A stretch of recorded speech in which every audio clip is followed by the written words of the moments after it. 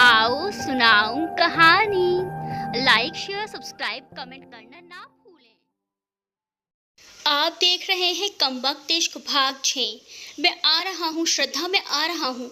हे भगवान जी, प्लीज़ मेरी मदद कीजिएगा मेरी श्रद्धा को ढूंढने में।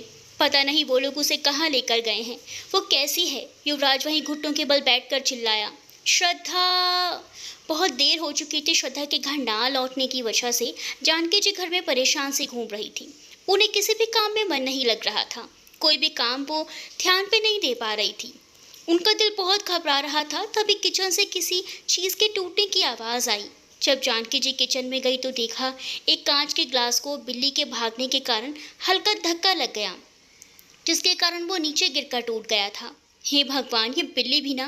वो टूटे कांच को समेटते हुए बोली, हे भगवान, कांच का टूटना, मेरी बेटी की रक्षा कीजिएगा भगवान जी। हर्ष कब से अपनी माँ को ऐसे परेशान होते देख रहा था। जब वो किचन से कांच साफ करके बाहर आई तो वो बोला, क्या हुआ माँ, आप इतनी टेंशन में क्यों हो? क्या हुआ? जानकी जी आकर हर्ष के बगल में बैठ गई। पता नहीं क्यों पर मेरा दिल बहुत घबरा रहा है। आप श्रद्धा को कॉल कर लो, आपकी उससे बात हो जाएगी तो ही आपको चैन मिलेगा। हाँ, ये सही कहा तुमने। कर तो लो ज़रा कॉल श्रद्धा के पास। शाम होने को है और पता नहीं ये दोनों कहाँ हैं अभी तक। जी माँ कहकर हर्ष ने अपने पॉकेट से फ़ोन निकाला और श्रद्धा का नंबर डायल किया, लेकिन दूसरी तरफ किसी ने कॉल रिसीव नहीं किया। जब उन लोगों ने श्रद्धा को गाड़ी के अंदर खींचा था तो उसका फ़ोन वहीं गिर गया था और इस वक्त श्रद्धा का फ़ोन प्रीति के पास था। उसने आते वक्त रास्ते पर देखा तो उठा लाई थी। वो फ़ोन रिसीव नहीं कर रही थी। ये देखकर जानकी जी की घबराहट और भी बढ़ गई। तुम उसके दोस्त, क्या नाम है? हाँ, शिप्रा के पास एक बार कोशिश करो ना, शायद वो रिसीव कर ले। उन्होंने फ़ोन स्क्रीन की तरफ नज़र गड़ाते हुए कहा। ठीक है कहकर हर्ष शिप्रा के पास कॉल करने लगा। शिप्रा इस वक्त पुलिस जीप में बैठी थी। इंस्पेक्टर, मैडम वो लड़की जिसका किडनैप हुआ है आपके दोस्त है ना? और आप दोनों को एक दूसरे के बारे में सब पता ही होगा। तो क्या आपको किसी इंसान पर शक है या आप जानती हैं कि कौन ऐसा कर सकता है? शिप्रा रोते हुए बोली, नहीं इंस्पेक्टर, श्रद्धा तो बहुत ही सीधी साधी लड़की है। उसकी किसी के साथ कोई दुश्मनी नहीं है। मुझे खुद समझ में नहीं आ रहा कि आखिर ऐसा कौन कर सकता है और उसे श्रद्धा से क्या चाहिए। तभी उसका फ़ोन वाइब्रेट होने लगा। उसने देखा हर्ष का फ़ोन है तो वह डर गई। क्या जवाब दूंगी मैं अगर आंटी मुझसे पूछेंगी उनकी बेटी कहाँ है? मुझे पता है शाम हो रही है और आंटी बहुत परेशान होंगी। उन्होंने श्रद्धा को भी फ़ोन ट्राई किया होगा, लेकिन वो तो रिसीव ही नहीं हुआ, इसीलिए अब मेरे पास कर रहे होंगे। प्रशांत, पहले तुम फ़ोन तो रिसीव करो वरना उन्हें और भी ज़्यादा टेंशन होगी। अगर दोनों में से किसी ने भी कॉल रिसीव नहीं किया तो तुम कॉल रिसीव करो। लेकिन मैं उन्हें क्या जवाब दूंगी जब वो श्रद्धा के बारे में पूछेंगी तो? मुझे पता है जानकी आंटी श्रद्धा के बारे में पूछने के लिए ही कॉल कर रही हैं। प्रशांत सोचकर बोला, एक काम करो, पहले कॉल रिसीव करो और उन्हें बोल दो कि श्रद्धा आज रात तुम्हारे घर पर ही रहने वाली है, क्योंकि शाम होने को है और तुम दोनों अभी रास्ते में हो। बाकी हम कोशिश कर रहे हैं ना, हम श्रद्धा को बहुत जल्द ढूंढ लेंगे। शिप्रा ने कॉल रिसीव कर जानकी जी को बिल्कुल वैसा ही कहा। तब जाकर उनका मन थोड़ा शांत हुआ। युवराज कुछ दूरी पर जहाँ से रास्ता जंगल के अंदर की तरफ जाता था, उसमें एक टोकरी दिखाई दी। वो दौड़कर उसके पास गया और उसे उठाकर देखने लगा तो उसे याद आया, ये तो पूजा वाली टोकरी है। हो ना हो वो लोग इसी रास्ते से लेकर गए हैं। इतना कहकर वो भागकर गाड़ी में आकर बैठा, स्टार्ट किया और तेज़ी से उस ओर गाड़ी दौड़ाने लगा। लेकिन कुछ ही दूरी पर जाते ही उसकी गाड़ी रुक गई। वो गाड़ी से बाहर आकर देखने लगा कि आखिर क्या हुआ। उसकी नज़र आगे के टायर पर गई जो पंक्चर हो चुका था। उसके पास टाइम बिल्कुल भी नहीं था कि जल्दी से टायर बदल सके। उसको बहुत तेज़ गुस्सा आने लगा। उसने ज़ोर से टायर पर पैर दे मारा और दौड़ते हुए जंगल में घुस गया। इधर उधर नज़र दौड़ाते हुए वो जंगल में उसे ढूंढने लगा। रात हो चुकी थी और अब तक उनमें से कोई भी श्रद्धा का पता नहीं लगा पाया था। शिप्रा रोते हुए बोली, इंस्पेक्टर साहब, अभी तक कुछ पता नहीं लगा पाए हैं हम लोग। मेरी दोस्त मिल तो जाएगी ना? उसे वो लोग कुछ करेंगे तो नहीं ना? प्रशांत, शिप्रा प्लीज़ तुम रोना बंद करो। कुछ नहीं होगा तुम्हारी दोस्त को, वो मिल जाएगी, हम ढूंढ लेंगे उसे। लेकिन तुम खुद को संभालो प्लीज़। फिर भी वो चुप नहीं हुई। उसे श्रद्धा के लिए बहुत डर लग रहा था। तभी अर्जुन का कॉल आया लेकिन उसने रिसीव नहीं किया। अर्जुन ने 2-4 बार ट्राई किया लेकिन फिर भी उसने कॉल रिसीव नहीं किया। वो किसी से बात नहीं करना चाहती थी। उसे इस वक्त फिक्र थी तो सिर्फ श्रद्धा की। इधर उधर भटकने के बाद अर्जुन को एक घर दिखाई दिया जिसके बाहर कुछ लोग टहल रहे थे। उसे शक हुआ तो युवराज आहिस्ता आहिस्ता उस घर के करीब पहुंच गया। उसने एक खिड़की से हल्का झांक कर देखना चाहा तो एक आदमी उधर ही आ रहा था। उसके पास गन थी। युवराज उसे देखकर वहां से थोड़ा पीछे की तरफ हट गया। जब वो आदमी वापस चला गया तो युवराज दोबारा उस खिड़की के पास आया और जब उसने अंदर झांक कर देखा तो उसके होश उड़ गए। अंदर श्रद्धा किसी दुल्हन की तरह तैयार बैठी हुई थी। युवराज उसे इशारे से अपनी तरफ देखने को कह रहा था, लेकिन श्रद्धा गुमसुम से बैठी हुई थी। युवराज नीचे झुका और एक छोटा सा पत्थर उठाकर खिड़की से श्रद्धा की तरफ फेंका। बाहर खड़े लोग आपस में बातें कर रहे थे। पहले आदमी ने कहा, अब वक्त हो गया, बॉस आने वाले होंगे। दूसरे ने कहा, हाँ, बॉस अपने चाचा से मिलने के लिए गए हैं और मुझे पक्का यकीन है वो ज़रूर अभी शराब पीकर ही यहाँ आएंगे। तुम यहीं रुको, मैं अंदर देख कर आता हूँ। पहला आदमी, ठीक है। युवराज उन दोनों की बातें सुनकर सोचने लगा, इसका मतलब मेरे पास ज़्यादा टाइम नहीं है श्रद्धा को छुड़ाने का, मुझे जल्दी ही कुछ करना होगा। इतना कहकर वो छुपते छुपते उस आदमी के पास गया और पीछे से सर पकड़कर जोर से घुमाया, जिससे वो आदमी वहीं गिर गया। जब दूसरा आदमी जो अंदर गया हुआ था बाहर आने की आहट सुनाई दी तो युवराज साइड में आकर छुप गया। अरे ये कहाँ गया? एक बार भी कहीं पर खड़ा नहीं रह सकता, इधर उधर घूमता रहता है। अगर बॉस को पता चला ना तो इसकी जान ले लेगा। खैर मुझे क्या, मैं तो अपनी ड्यूटी कर रहा हूँ। वो आदमी दरवाजे से थोड़ा हटकर खड़ा हुआ। युवराज ने जब देखा कि बस 2 ही आदमी हैं, जिसमें से एक का काम तो वो पहले ही कर चुका है, तो वो सीटी बजाता हुआ उसके पास गया। आदमी, हे कौन है तू और यहाँ क्यों आया है? मरना चाहता है क्या? बोल कौन है, वरना तुझे यहीं शूट कर दूंगा। युवराज हाथ जोड़कर बोला, भाई ऐसा मत करना, मैं अभी मरना नहीं चाहता, मेरी अभी शादी नहीं हुई, बाल बच्चे भी नहीं हैं, मैं कुंवारा नहीं मरना चाहता, प्लीज़ प्लीज़ कुछ मत करना, मैं गलती से इधर आ गया, मैं अभी चला जाता हूँ। वो मुड़ा ही था कि पीछे से उस आदमी ने आवाज़ दी, रुको, मुझे ऐसा लग रहा है जैसे तुम झूठ बोल रहे हो, इसलिए अभी तुम कहीं नहीं जा सकते, बैठो यहाँ चुपचाप। युवराज चुपचाप जाकर एक और बैठ गया, जैसे वो सच में यहाँ पर रास्ता भटक कर आया हो। वो अपनी घड़ी में टाइम देखकर बोला, पता नहीं ये कहाँ चला गया और अब तक आया क्यों नहीं। वो चहलकदमी करते हुए इधर उधर झांकने लगा। युवराज मन ही मन बोला, वो अब नहीं आएगा, बहुत जल्द मैं तुम्हें भी वहीं पहुँचा दूंगा। भाई थोड़ा पानी मिलेगा, बहुत जोरों की प्यास लगी है। युवराज अपने गले पर हाथ फेर कर बोला, तुम यहीं रुको, मैं पानी लेकर आता हूँ। इतना कहकर वो आदमी पानी लेने चला गया। उसके अंदर जाते ही युवराज बाहर से एक डंडा ले आया और पहले जिसे मारा था उसकी गन भी साथ लेकर उसी जगह जहाँ पहले बैठा हुआ था वापस जाकर बिल्कुल पहले की तरह ही बैठ गया। जब वो आदमी पानी लेकर आया तो युवराज सोने की एक्टिंग करने लगा। युवराज को वहाँ सोते देखकर वो खुद में बड़बड़ाया, अजीब इंसान है, अभी बोल रहा था कि प्यास लगी है और देखो इसे कितनी जल्दी कुंभकर्ण की तरह सो गया। यहीं रख देता हूँ, उठेगा तब पी लेगा। वो पानी वहीं पर छोड़कर वापस कुछ दूर जाकर खड़ा हो गया। अब युवराज धीरे से अपनी आंखें खोलकर उसे देखने लगा। वो उठा और आहिस्ता से आहिस्ता उसकी ओर बढ़ने लगा। उसके ठीक पीछे पहुंचकर बंदूक से जोर से उसके सर पर वार किया। उस आदमी के सर से पानी की तरह खून बहने लगा और वो वहीं गिर गया। उसे वहीं छोड़ युवराज भागता हुआ घर के अंदर गया जहां श्रद्धा को रखा गया था। वो दोनों लड़कियां अब तक श्रद्धा को तैयार कर चुकी थी। दरवाजे पर आकर युवराज ने सीटी बजाई। सीटी की आवाज़ सुनकर श्रद्धा तुरंत पलटी, लेकिन युवराज को सामने देखकर उसे अपनी आंखों पर यकीन ही नहीं हो रहा था। उसे लगा जैसे ये उसका भ्रम है। वो जड़वत होकर उसे देख रही थी। उसको बेयकीनी नजरों से देखते पाकर युवराज आगे बढ़कर बोला, क्या हुआ, ऐसे क्यों देख रही हो? यकीन नहीं हो रहा मैं हूँ या नहीं? वो उसकी आवाज़ सुनकर दौड़ उसके गले लग गई और सिसक कर रोने लगी। कुछ पल के बाद जब उसका रोना बंद हुआ और खुद को युवराज के गले लगे हुए पाकर थोड़ी असहज महसूस करने लगी। सॉरी, वो मैं बहुत ज़्यादा डर गई थी और आपको देखा तो। वो युवराज से अलग होकर इतना ही बोली थी कि युवराज ने कहा, अरे तुम्हें सॉरी बोलने की कोई ज़रूरत नहीं है, मैं समझ सकता हूँ तुम्हारी हालत।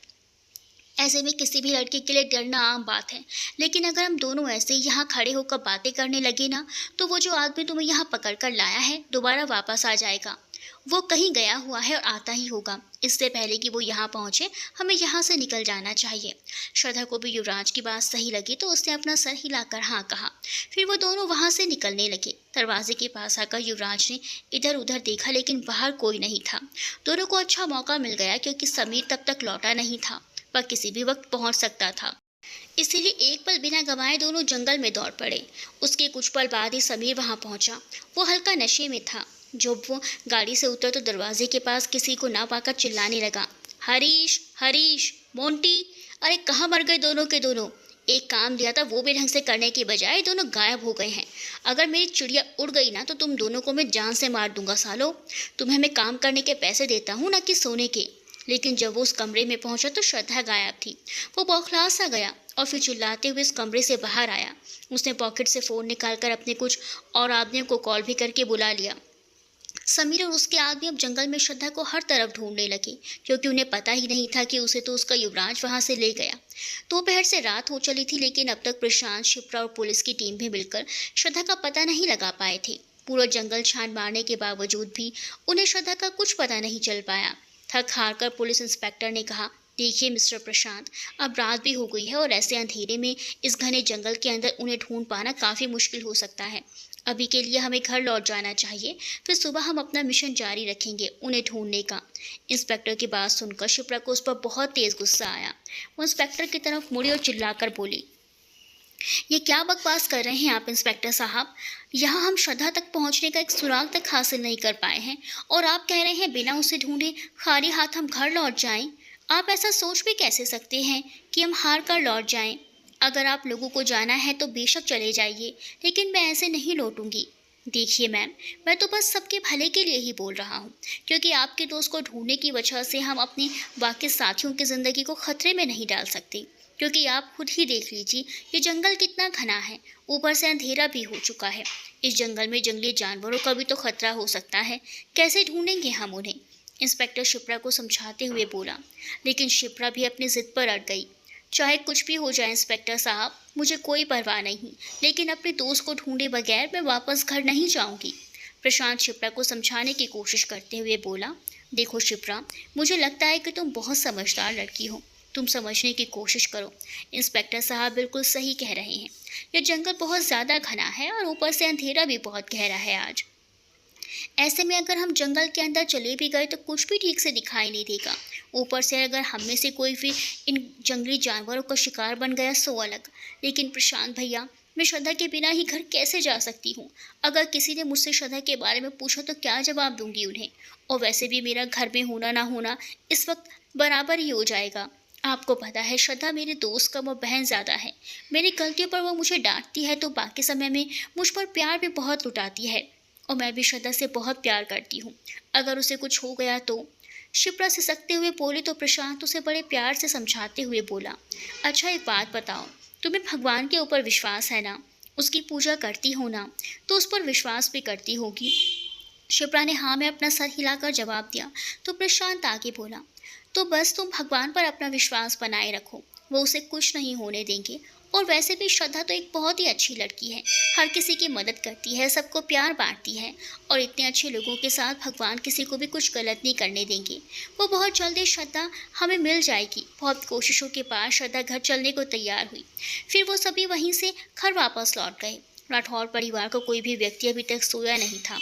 वो सभी इंतजार कर रहे थे प्रशांत, शिप्रा और युवराज के आने का, ताकि वो जान सके श्रद्धा मिली या नहीं। युवराज का तो पता नहीं, लेकिन जब प्रशांत और शिप्रा घर लौटे तो उनका उतरा हुआ निराश सा चेहरा देखकर ही सबको मालूम हो गया। उन्हें ये बताने की ज़रूरत ही नहीं पड़ी कि दोनों को श्रद्धा का कुछ पता नहीं चल पाया। दोनों आकर सबके बीच ही सोफे पर बैठ गए। उन्हें देख सभी को चिंता होने लगी। बेचारी बच्ची पता नहीं किस हाल में होगी। प्रीति जल्दी से भागकर किचन में गई और दोनों के लिए पानी लेकर आई। दोनों को पानी का ग्लास पकड़ा दिया, लेकिन शिप्रा के गले से तो पानी की एक घूंट भी नीचे नहीं उतर रही थी। एक बार फिर उसकी आंखों से आंसू बरसात की तरह बरस पड़े। अनामिका जी उसके पास आई और उसे गले लगाकर चुप कराते हुए उसकी पीठ सहलाने लगी। चुप हो जाओ बेटा, ऐसे रोने से कुछ नहीं होगा, उल्टा तुम्हारी ही तबीयत बिगड़ जाएगी। ऐसे हिम्मत नहीं हारती। कल सुबह हम सब मिलकर जाएंगे श्रद्धा को ढूंढने। चलो कम से कम पानी तो पी लो। अनामिका जी उसके हाथ में पानी का ग्लास थमाते हुए बोली। रात में खाने के टेबल पर बैठी जानकी जी का मन खाने पर बिल्कुल नहीं लग रहा था, इसलिए बिना खाए ही अपना हाथ धोकर कमरे में चली गई। उनका मन आज रह रहकर श्रद्धा के लिए बेचैन हो रहा था। उनकी शिप्रा से बात हो गई थी और शिप्रा ने तो कहा भी था कि आज श्रद्धा उसके साथ उसके घर पर ही रहेगी, क्योंकि आते वक्त काफ़ी देर हो रही थी। लेकिन फिर भी उनका मन अशांत था। थोड़ी देर बाद ही जब मनोज जी खाना खाकर अपने कमरे में पहुंचे तो उस समय जानकी जी रूम में इधर से उधर परेशान से टहल रही थी। क्या हो गया है जानकी तुम्हें? क्यों तुम सुबह से इतनी परेशान सी लग रही हो?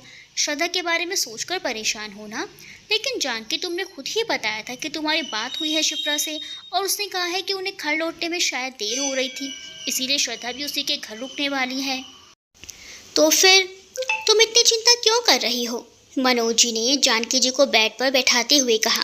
वो बेड पर बैठने के बाद उनकी तरफ देखकर बोली, आज सुबह से ही पता नहीं क्यों मुझे इतनी बेचैनी हो रही है। हमारी बच्ची को लेकर मन में अजीब अजीब से ख्याल उमड़ रहे हैं। आप एक बार दोबारा से फ़ोन कीजिए ना श्रद्धा के पास। जब तक उससे बात न कर लूँ मुझे ऐसे ही घबराहट होती रहेगी। एक बार श्रद्धा की आवाज़ सुन लूँगी तो दिल को सुकून मिल जाएगा। मनोज जी ने जब अपनी पत्नी को इतनी परेशान देखा तो अपना फ़ोन निकालकर श्रद्धा को फ़ोन करने लगे, लेकिन कोई जवाब नहीं मिला। इससे जानकी जी के दिल में जो घबराहट थी वो घबराहट और बढ़ने लगी। हर्ष जो अपने कमरे में सोने गया हुआ था, उसे भी नींद नहीं आई तो अपने मम्मी पापा के पास उनके कमरे में चला आया और अपने मम्मी पापा के बगल में बैठ गया। जानकी जी बार बार श्रद्धा को कॉल किए जा रही थी, लेकिन फिर भी कोई जवाब नहीं मिला। हर्ष ने भी अपने फ़ोन से लगातार कई बार प्रयास किया, लेकिन हर किसी को निराशा ही हाथ लगी। अब तो जानकी जी के साथ उन दोनों को भी श्रद्धा की चिंता होने लगी। वो तो बेड पर सिर पकड़कर ही बैठ गई। वो हर्ष को देखकर बोली, एक बार तुम शिप्रा को फिर से फ़ोन करो, वो रिसीव करती है या नहीं, आखिर पता तो चले बात क्या है। श्रद्धा अपना फ़ोन रिसीव क्यों नहीं कर रही? जी माँ, कहकर हर्ष ने अपना फ़ोन से शिप्रा का नंबर डायल किया। इधर घनघोर जंगल और काली अंधेरी रात में युवराज और श्रद्धा एक दूसरे का हाथ पकड़े दौड़ रहे थे। उन्हें रास्ता कुछ कुछ दिख तो रहा था, लेकिन रास्तों में मिलने वाले कंकड़ नहीं। वो दोनों चल तो रहे थे, मगर किस दिशा में उन्हें खुद भी नहीं पता। उन्हें ये भी अंदाज़ा नहीं हो रहा था कि वो दोनों जंगल से बाहर नहीं बल्कि और अंदर की तरफ जा रहे थे। पीछे से समीर के गुंडे भी हाथों में टॉर्च ले उन्हें तलाश रहे थे। शिप्रा साक्षी के कमरे में परेशान से खिड़की के पास खड़ी होकर रात के अंधेरे में उम्मीद की रोशनी जलाए बाहर की तरफ देख रही थी। उसकी आंखों से आंसू लगातार बहते जा रहे थे। बिस्तर पर लेटे साक्षी की आंखों में भी नींद कहाँ थी। वो शिप्रा को देखकर जो तब से खिड़की के पास खड़ी थी, बेड से उतरी और उसके पास आकर शिप्रा के कंधों पर हाथ रख दिया। जब शिप्रा साक्षी की ओर मुड़ी तो उसका फ़ोन बजने लगा। स्क्रीन पर हर्ष का नंबर देखकर बोली, ये हर्ष मुझे अभी क्यों कॉल कर रहा है? कहीं इन्हें पता तो नहीं चल गया श्रद्धा की किडनैपिंग के बारे में? वो कॉल रिसीव करते हुए बोली, क्या हुआ हर्ष, सब ठीक तो है ना? तुम अभी मुझे क्यों कॉल कर रहे हो? प्रीति अपने हाथों में फ़ोन लिए प्रशांत के पास आकर खड़ी हो गई और उसे गौर से देखने लगी तो प्रशांत ने पूछा, क्या हुआ, ऐसे क्यों देख रही हो? और ये तुम्हारे हाथ में किसका फ़ोन है? तुम्हारा तो नहीं लग रहा ये मुझे। प्रीति उसकी तरफ वो फ़ोन बढ़ाते हुए बोली, प्रशांत, शायद ये श्रद्धा का फ़ोन है, क्योंकि ये मुझे उसी जगह पर मिला था जहाँ से श्रद्धा मंदिर के बाहर उस रास्ते पर, और कब से ये फ़ोन बज रहा है। प्रशांत ने प्रीति के हाथ से फ़ोन लेकर देखा तो उसमें काफ़ी सारे मिस्ड कॉल पड़े हुए थे। जानकी जी ने हर्ष के हाथ से फ़ोन ले लिया और शिप्रा को बोली, बेटा शिप्रा, हम सब तो ठीक है, लेकिन तुम बताओ ये श्रद्धा कहाँ है और वो किसी का फ़ोन रिसीव क्यों नहीं कर रही? शिप्रा बात छुपाते हुए हिचकिचाकर बोली, वो आंटी क्या है ना, श्रद्धा बहुत थक गई है तो इसीलिए बहुत जल्दी ही सो गई है और उसका फ़ोन शायद साइलेंट मोड पर है, इसीलिए पता नहीं चला होगा। उसने अपने आंसू पोंछे, लेकिन जानकी जी को उसकी आवाज़ से अंदाज़ा लग गया था कि वह कुछ छुपा रही है।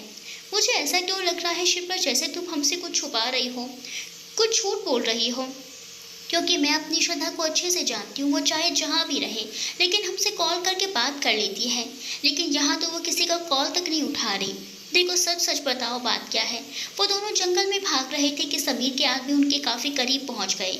युवराज ने श्रद्धा का हाथ और कस के पकड़ लिया। एक आदमी की नज़र जब उन पर पड़ी तो वो अचानक से उसके सामने आ खड़ा हुआ, जिससे युवराज और श्रद्धा चौंक गए। उसी वक्त युवराज टहनियों में उलझकर पीछे की तरफ गिरते को हुआ तो वो आदमी हंसते हुए बोला, खुद को तो संभाल नहीं पा रहे हो, चले हो लड़की के सामने हीरो बनने। घर में शांति से रहने का मन नहीं है जो लड़की के पीछे जंगल में चला आए, बिना ये सोचे समझे कि तुम्हारी क्या हालत होगी जब तुम पकड़े जाओगे। तुम्हें पता भी है तुम किसकी चिड़िया को उड़ाने की कोशिश कर रहे हो। ये लड़की बॉस को खुश करने वाली है आज रात। चलो कहकर उस आदमी ने श्रद्धा का हाथ पकड़ने के लिए अपना हाथ बढ़ाया तो युवराज एकदम फुर्ती से श्रद्धा के सामने आ खड़ा हुआ और उस आदमी को गुस्से में देखते हुए बोला, तुम शायद मुझे नहीं जानते हो, मैं तुम्हारे बॉस का भी बॉस हूँ। हमारे रास्ते से हट जाओ, वरना अभी जो कुछ भी होगा उससे तुम्हें बहुत ज़्यादा पछतावा होगा। इसीलिए मुन्ना, प्यार से बोल रहा हूँ, साइड हो जा। वो आदमी भी आगे बढ़ते हुए गर्मी से बोला, जा, नहीं हटता मैं तेरे रास्ते से, बता क्या कर लेगा, बोलना क्या कर लेगा। युवराज ने गुस्से में घूमकर उस आदमी के सिर पर पैरों से वार किया और एक ही बार में उसकी अकड़ वहीं खत्म हो गई। वो लोग उसे वहीं छोड़कर आगे बढ़ गए। काफी आगे जाने के बाद उन्हें जंगल में कुटिया दिखाई पड़ी। चलो थोड़ी देर वहां आराम करती हैं, युवराज ने कहा तो दोनों उस कुटिया के पास पहुंचे। अंदर घुसकर देखा तो जगह काफी बड़ी थी, लेकिन शायद वहां लोग रहते नहीं थे। उसके कुछ मीटर की दूरी पर एक बस्ती थी जहाँ 20-25 घर होंगे। शिप्रा में अब और हिम्मत नहीं बची थी जानकी जी से छत छुपाने की। हालांकि उसने बहुत कोशिश की, लेकिन जब उसकी जुबान लड़खड़ा रही थी, आखिर कब तक वो उनसे झूठ बोल पाती। आंटी वो श्रद्धा। जानकी जी शिप्रा को बीच में ही टोकते हुए बोले, श्रद्धा क्या? शिप्रा बेटा बोलो, श्रद्धा क्या? देखो मेरा दिल बैठा जा रहा है, बताओ ना श्रद्धा कहाँ है? मुझे उसकी बहुत चिंता हो रही है बेटा, बताओ भी कहाँ है? वो ठीक तो है ना? ऊपर से तुम रो रही हो, जरूर कोई बात है जो तुम छुपा रही हो। शिप्रा घुटनों के बल गिर गई और जोर जोर से रोने लगी। उसकी आंखों से फिर से एक बार आंसू की बरसात होने लगी।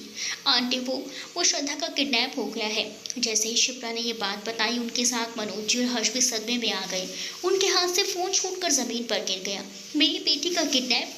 मुझे इसीलिए ही इतनी बेचैनी हो रही थी। अब कहाँ ढूंढे हम उसे? वे रोते हुए बोली।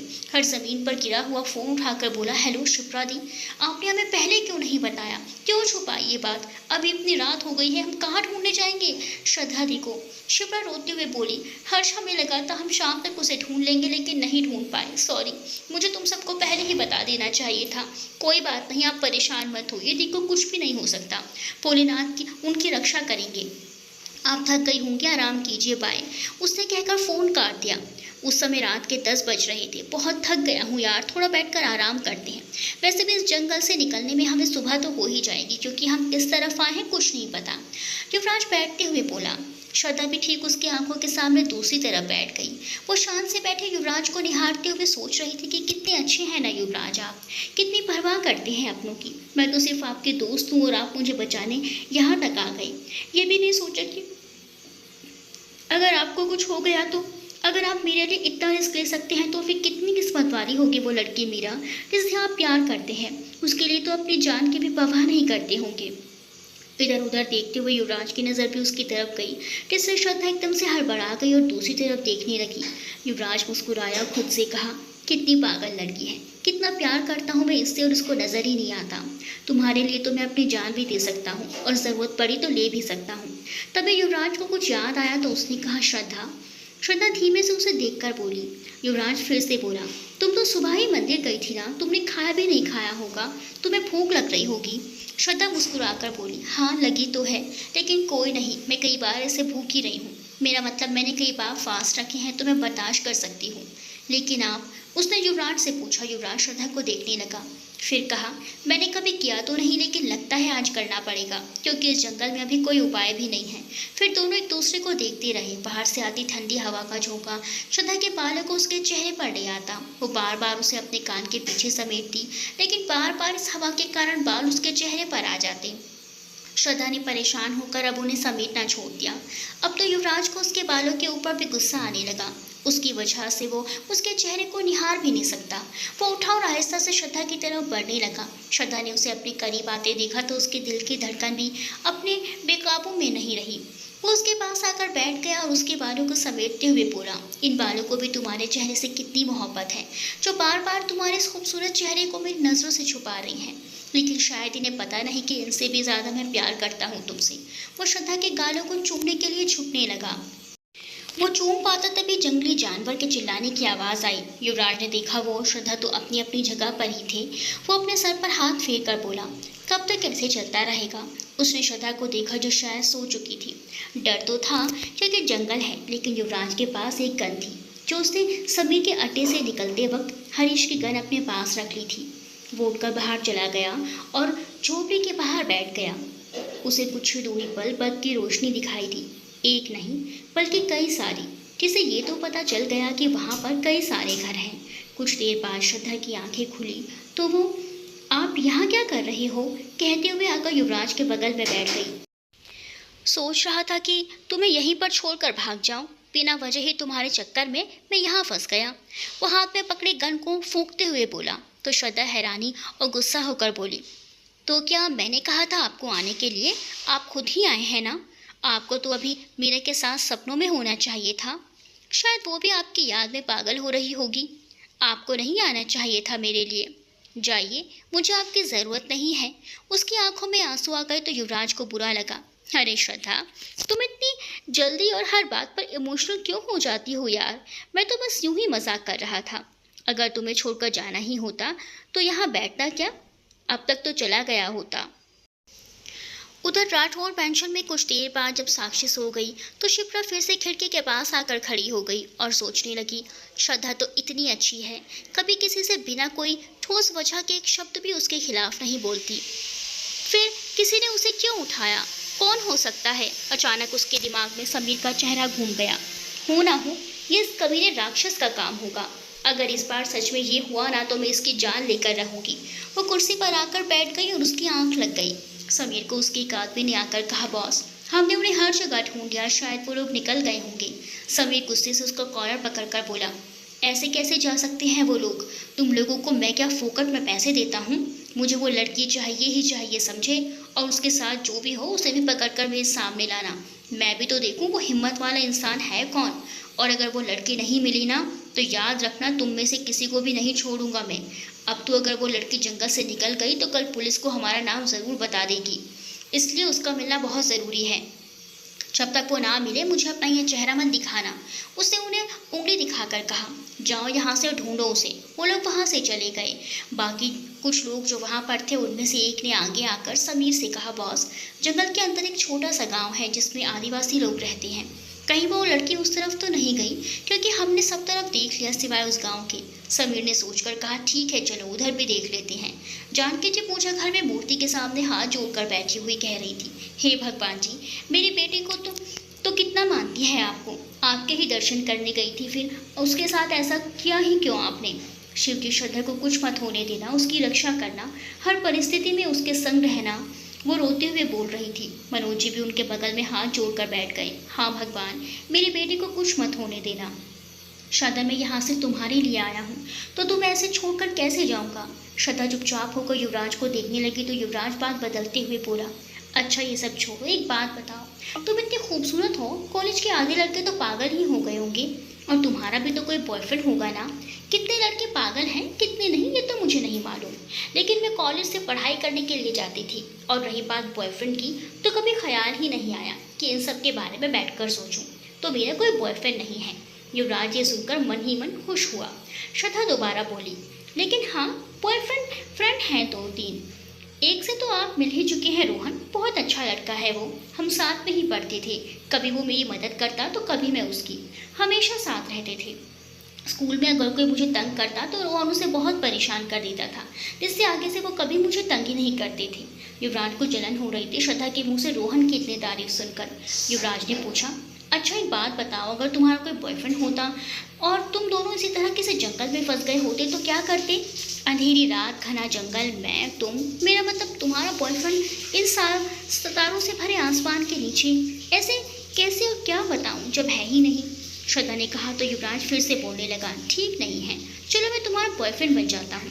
श्रद्धा ने उसे देखा तो वो आगे बोला, मेरा मतलब है कि अभी के लिए, मान लो मैं तुम्हारा बॉयफ्रेंड हूँ तो सोचो क्या करती? श्रद्धा उसके करीब जाकर बैठ गई और एकटक युवराज को ही देखने लगी। ऐसे क्या देख रही हो? मैं तो बस ऐसे ही पूछ रहा था। श्रद्धा मुस्कुराते हुए बोली, हाँ तो मैं भी बता ही रही थी, कुछ ऐसे ही करती। वो लोग वहीं बैठे बैठे बातें कर रहे थे कि उन्हें ढूंढते हुए समीर और उसके साथी वहाँ पहुँच गए। समीर आगे बढ़कर बोला, ओह तो तुम आए हो अपनी महबूबा को बचाने, लेकिन अब तुम्हारा क्या होगा ज़रा सोचो। पहले तो दोनों घबराए, फिर युवराज बोला, हो तो तुम पहुँच ही गए कुत्ते की तरह सूंघते हुए, लेकिन तुम्हें लगता है कि तुम कुछ हमें कर पाओगे? और रही बात मेरी महबूबा की, तो मैं उसे तो यहाँ से लेकर ही जाऊँगा। तुम अपना सोचो कि तुम्हारा क्या हाल होगा। क्या हाल होगा बे, क्या कर लोगे तुम? समझते क्या हो खुद को? अकेले हरा दोगे हम सबको? समीर गुस्सा होकर बोला। युवराज भी खड़ा हो गया, गुस्से से बोला, तुम जैसे के लिए तो मैं एक ही काफ़ी हूँ, पहले छूकर तो देखा फिर बताता हूँ। समीर आगे बढ़ा, श्रद्धा का हाथ पकड़ने को हुआ, लेकिन युवराज ने उसी का हाथ पकड़कर पीछे घुमा दिया। जब समीर के हाथ के साथ खड़े लोग आगे बढ़ने को हुए तो युवराज समीर की कनपटी पर दंड रखते हुए बोला, अरे रुक जाओ मुन्ने, इतने उतावले मत हो वरना तुम्हारे बॉस का भेजा उड़ा दूंगा। समीर ने हाथ आगे कर उन्हें इशारे से रुक जाने को कहा। युवराज ने उसे छोड़कर श्रद्धा का हाथ पकड़ लिया और ठोस लहजे में बोला, हम जा रहे हैं यहाँ से, अगर कोई भी सामने आया ना तो ठोक दूंगा। इतना कहकर वो आगे बढ़े, लेकिन समीर ने झट से पीछे से एक लकड़ी उठाकर युवराज के सर पर जल्दी से वार किया, जिससे युवराज के सर से खून बहने लगा। श्रद्धा चिल्लाई, युवराज! युवराज वहीं गिर गया और समीर श्रद्धा को खींचते हुए ले जाने लगा।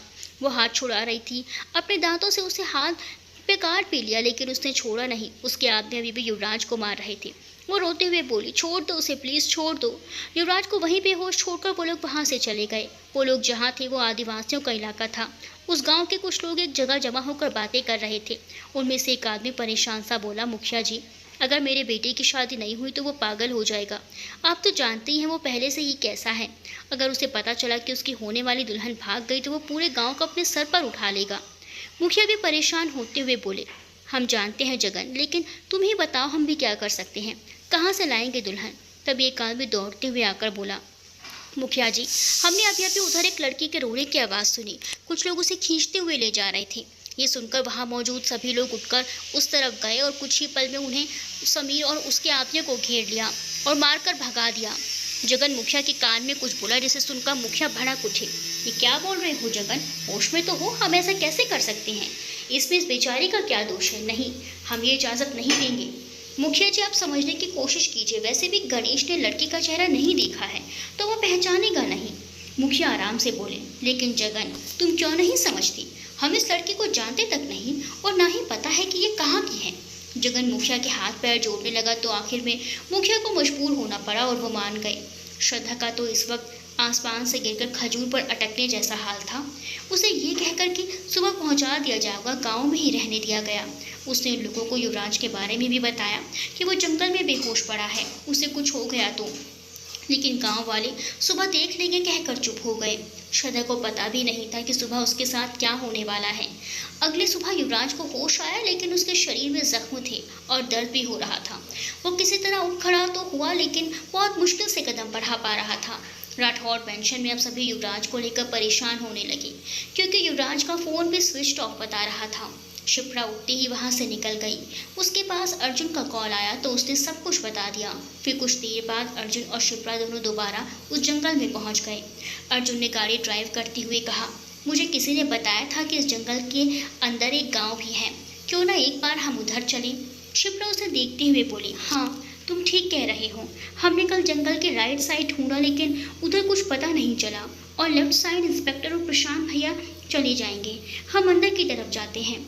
अर्जुन ने कहा, तुम्हें डर तो नहीं लगेगा ना? शिप्रा ने उसे घूर कर देखा तो वो बोली, नहीं, मेरा मतलब अगर कहीं जंगली जानवर मिल गए तो। शिप्रा धीरे से बुदबुदाई, तुम्हें देखकर डर नहीं लगता तो जंगली जानवरों से क्या डरूंगी? अर्जुन, तुमने कुछ कहा क्या? शिप्रा, तुमने कुछ सुना क्या? यार सुनाई नहीं दिया इसीलिए तो तुमसे पूछा। नहीं, मैंने कुछ नहीं कहा, और प्लीज़ ज़्यादा बात मत करो। वैसे भी मुझे श्रद्धा की इतनी टेंशन है, ऊपर से तुम्हारी ये बातें। ठीक है, मैं तो बस ये चाहता हूँ कि तुम ज़्यादा टेंशन मत दो। यार वो ज़रूर मिलेगी, और युवराज भी तो गया है ना उसके पीछे। अब तक तो ज़रूर ढूंढ लिया होगा उसने। आई होप अर्जुन की तुम जो बोल रहे हो वो सच हो जाए और श्रद्धा युवराज के पास ही हो।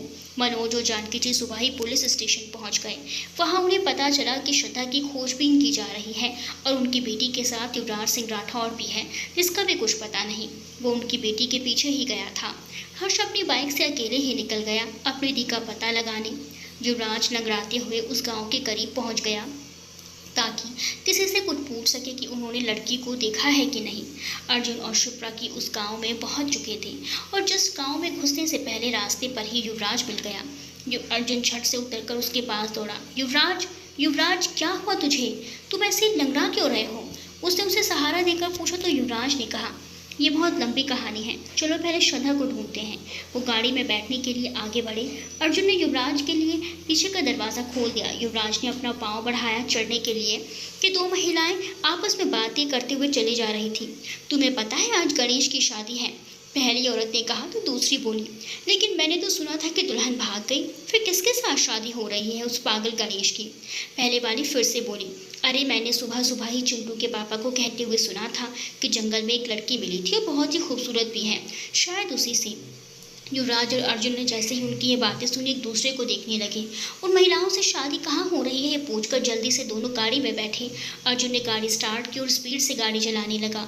शिप्रा को तो समझ ही नहीं आ रहा था कि अचानक इन्हें हुआ क्या, क्योंकि उन औरतों की बात वो सुन नहीं पाई। इधर ज़बरदस्ती श्रद्धा के साथ शादी की रस्में हो रही थी। खैर फेरे तो ठीक से हो नहीं पाए, लेकिन अब बारी थी सिंदूर की। वो सिंदूर पकड़े खड़ा था। श्रद्धा रोते हुए अपना सर ना में हिला रही थी, लेकिन उस गणेश को तो श्रद्धा को देखकर ही मुंह से लार टपकने लगी। उसने सिंदूर के लिए हाथ बढ़ाया तो श्रद्धा ने कसकर अपनी आंखें बंद कर ली। उसकी बंद आंखों से भी आंसू बहने लगे। दिल में सिर्फ एक आवाज़ गूंजी, आई लव यू युवराज। और इसी के साथ उसे अपनी मांग में सिंदूर का एहसास हो गया। उसकी बंद आंखों से आंसू बहते जा रहे थे। वो अपनी आंखें नहीं खोलना चाहती थी, नहीं देखना चाहती थी कि उस इंसान को जिसने उसने आंख बंद करने से पहले सामने देखा था, जो सिंदूर लिए खड़ा उसकी मांग भरने वाला था।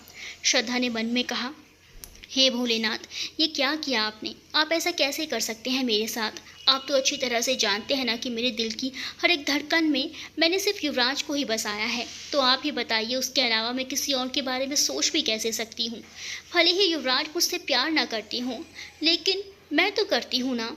अबे कौन है तू, और तेरी हिम्मत कैसे हुई मेरी दुल्हन के मांग में सिंदूर भरने की?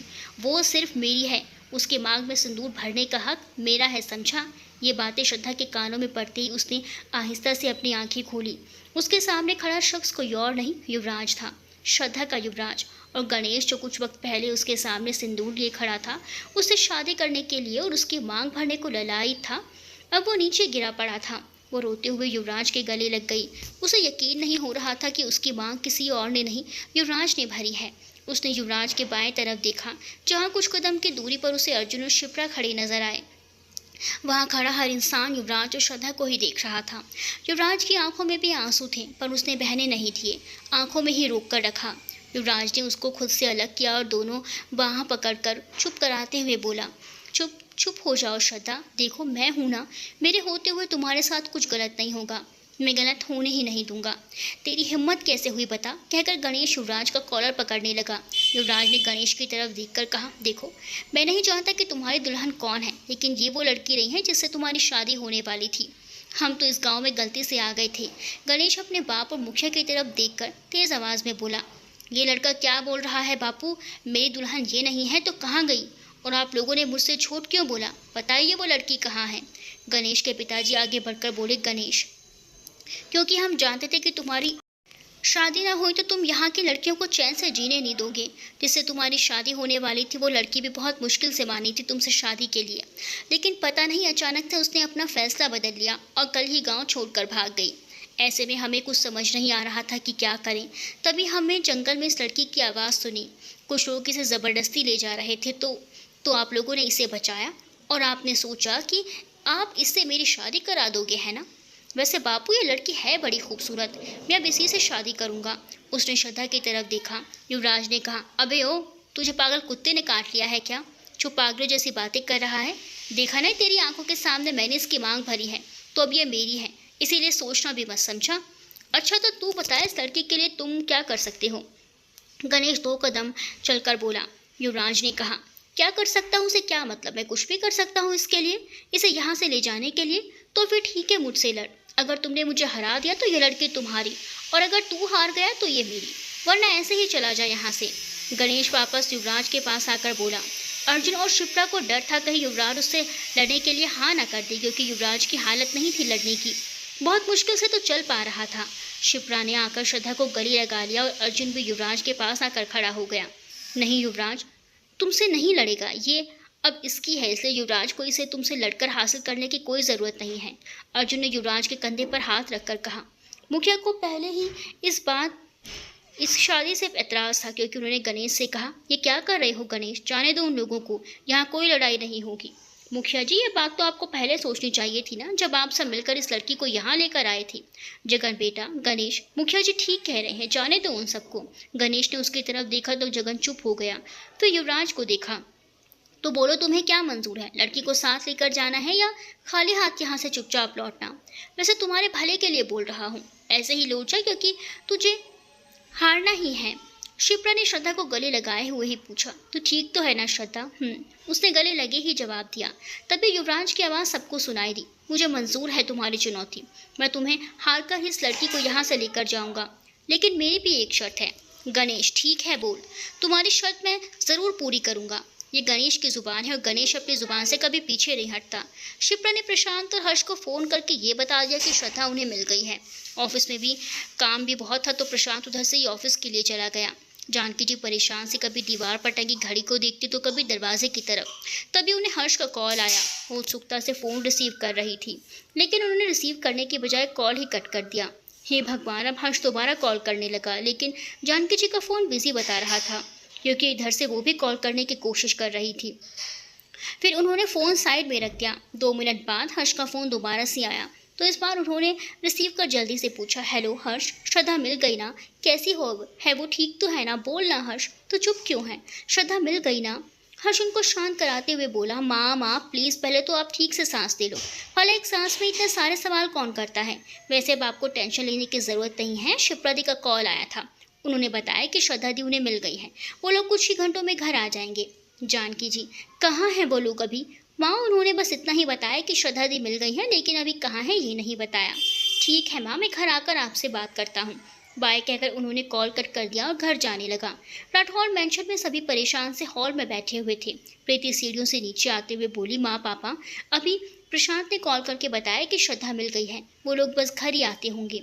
साक्षी सुनकर प्रीति के पास आकर बोली, भाभी आप सच कह रही हैं ना? वो मिल गई? हाँ साक्षी, मैं सच बोल रही हूँ। थैंक गॉड भाभी कि वो मिल गई, कहकर वो प्रीति के गले लग गई। इधर गणेश और युवराज आपस में टकराने के लिए तैयार थे। पहले ही वार में गणेश ने युवराज के पैर को निशाना बनाया, क्योंकि उसे पता था कि वो जख्मी है और इस वजह से युवराज गिर गया। गणेश को लगा कि इसे हराना कोई बड़ी बात नहीं है। वो श्रद्धा की तरफ देखकर हंसा, जैसे कह रहा हो तुम मेरी हो चुकी। युवराज फिर से उठा। इस बार युवराज ने भी उसे 2-4 मुक्के तो जड़ ही दिए, पेट और चेहरे पर, लेकिन पैरों में बैलेंस ना बना पाने के कारण वो लड़खड़ाकर फिर से गिर गया। इस बार गणेश की मुस्कुराहट और बड़ी थी, तो श्रद्धा की घबराहट बढ़ा रही थी।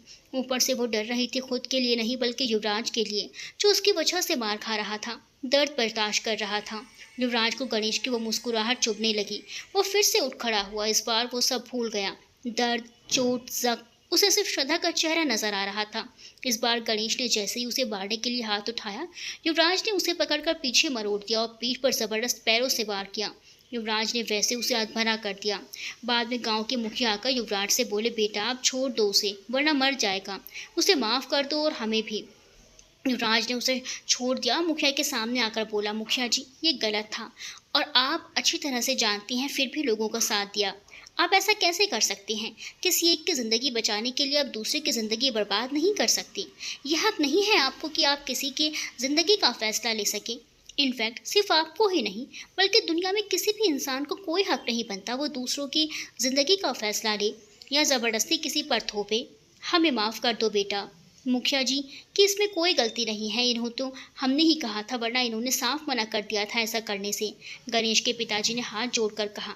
युवराज ने उन सबको कुछ नहीं कहा। जगन जाकर श्रद्धा के पैरों में गिरकर बोला, बेटा हम तुम्हारे गुनाहगार हैं, हमें माफ़ कर दो, बहुत बड़ा पाप करने जा रहे थे तुम्हारे साथ। श्रद्धा ने भी उन सबको माफ़ कर दिया। उसके बाद वो चारों कार की तरफ बढ़ने लगे। अर्जुन ने युवराज को सहारा देकर गाड़ी में बैठाया। शिप्रा श्रद्धा को लेकर पीछे बैठ गई। गाड़ी में सब खामोश थे, शांति छाई हुई थी। लेकिन कुछ देर बाद अर्जुन गाड़ी ड्राइव करते हुए युवराज से बोला, क्या बोला ये जानने के लिए अगला भाग देखिएगा। और युवराज के ऐसे श्रद्धा के मांग में सिंदूर भरने से श्रद्धा और बाकी सभी का क्या रिएक्शन होगा और आगे कहानी क्या मोड़ लेगी, देखते रहिएगा कमबख्त इश्क।